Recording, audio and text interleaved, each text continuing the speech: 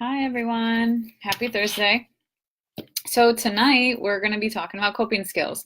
So, I'm just going to quickly introduce coping skills. I really felt like, this is something that I think people take for granted that they think they know a lot about, or they feel like they have their go to coping skill and it just works for them, or maybe it doesn't and they feel like there's no other option. A lot of times people come in here looking for skills, learning how to cope better or maybe in a more healthy way.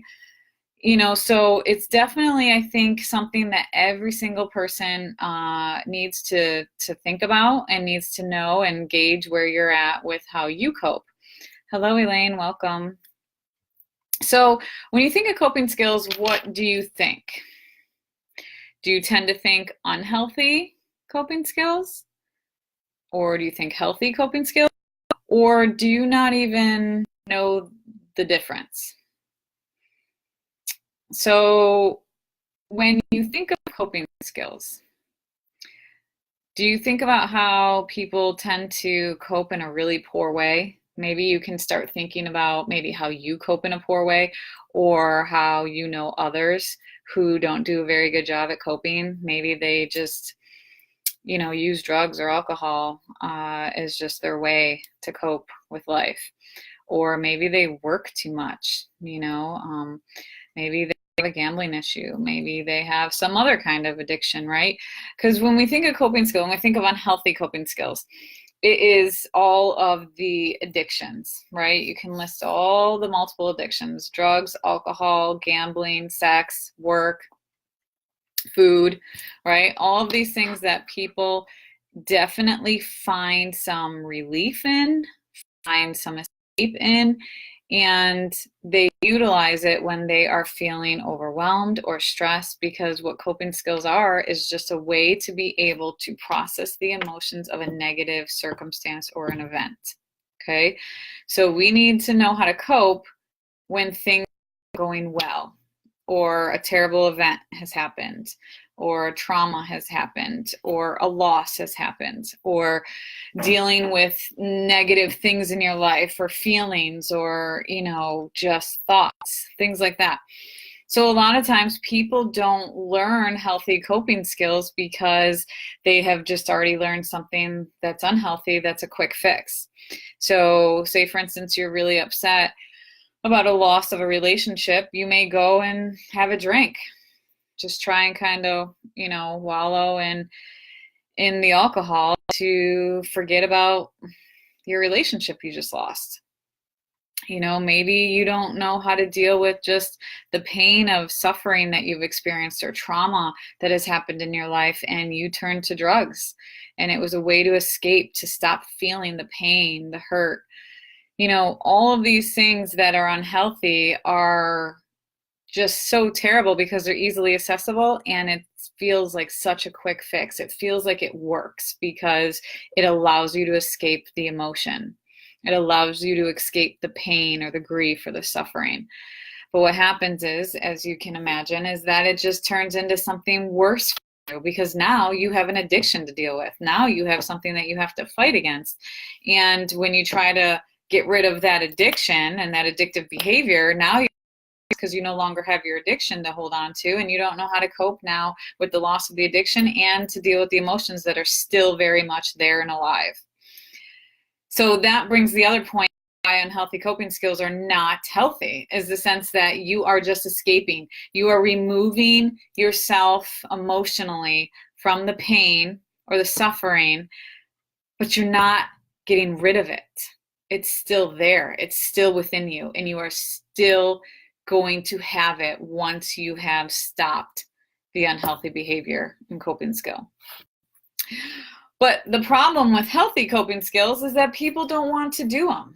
They don't want to think about how to process through an emotion. They don't want to have to put the work in, to have to sit in the emotion, to think about it, to process it, to work through it, because they just want that quick fix to just not feel it anymore. And I get it. Who wants to feel sad or depressed or angry or sad or rejected or hurt or lonely?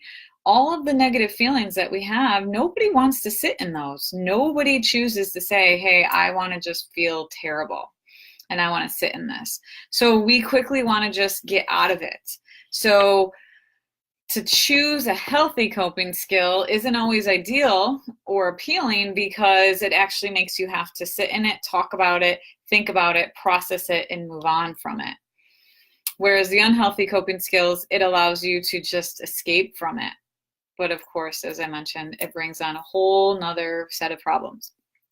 So again, I already enumerated some of the unhealthy coping skills. Let's talk about healthy coping skills. So what is a healthy coping skill? Well, it's where you are able to process the emotion, think about what you're feeling, and be able to get through it, to be able to figure out how to get past the pain, how to get past the hurt. And that can be anything from talking with a friend, being able to journal about it, go for a walk, pray about it, okay? Be able to maybe read a book, to be able to learn how to engage in something else to get you through the pain for the moment. And then once you're in a place where it's not so intense, you can then maybe talk about it, journal about it, pray about it, go to counseling if you need some additional support and help to process through it. Exercise, right? Taking your dog for a walk, going and enjoying friends and getting out of maybe the house and engaging in other activities, helping someone else out in need. Sometimes when we're so overwhelmed with feelings of what we're going through, it helps to be able to focus on someone else and help them through something. And in turn, when you're helping somebody, it helps you to process through what you're going through as well. So there's so many different ways to cope in a healthy way, but as all of them have suggested, you're very much aware of the feelings and the thoughts that you're having about it. You're very much in the emotion of it. But what's important here is that the ultimate result is what you need to look forward to. Hi, Christy. I see that you just joined. Welcome. So when you look at unhealthy coping skills, you immediately are gratified because you're escaping the feeling, you're pushing it aside, and you are getting out of there. And it feels good to just be away from the pain and the hurt or the suffering. But what happens is when you stop engaging in those unhealthy coping skills, the pain is still there, it still remains, and you are left to still figure out what to do with it. It never goes away. Emotions will not go away until you process them. They will always be there. Will they maybe lessen with time? Sure. Will the intensity kind of fade away? Sure. But they're still there. And what happens is that within our emotions, if we don't process, if we don't deal with them, they come out in other ways. So maybe we are highly irritable with somebody.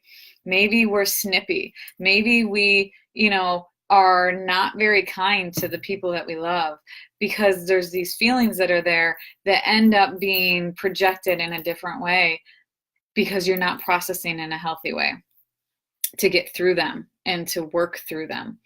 Hi, Laura. Thanks for joining.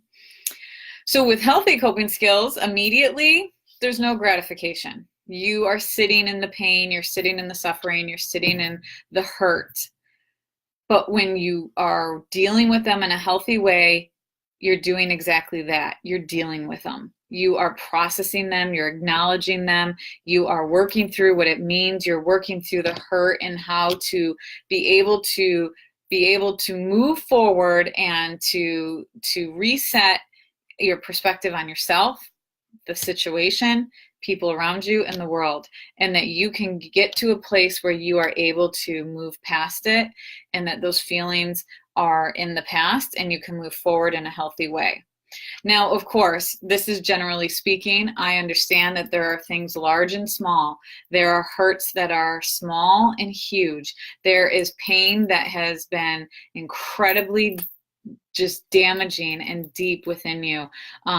You know, so to say that then they're gone and the feelings are completely gone because you process through them, that could not be true for some situations. So again, this is generally speaking. I do understand that there is some deep pains and traumas and hurts that go on that may be something that you will always remember, but you're able to move forward in a healthy way, to be productive and emotionally healthy and stable, despite what has happened. So that's basically the gist of coping skills. I wanted to just introduce that, to talk a little bit about the difference of unhealthy and healthy and what the purpose is of them. And next week and the following weeks after, I'm going to specifically talk about coping skills for depression, for anxiety, and grief, the loss. Okay, so to focus on those, to maybe bring light to some helpful ways that you can cope through that if that's something you experience, or maybe to share with someone you know that may be suffering from depression, anxiety, or grief, loss. Okay, again, if you have any questions, go ahead, jot them down in the comments. I will absolutely answer them for you. I hope this was helpful, and I look forward to talking to you all next week. Have a good night. Bye.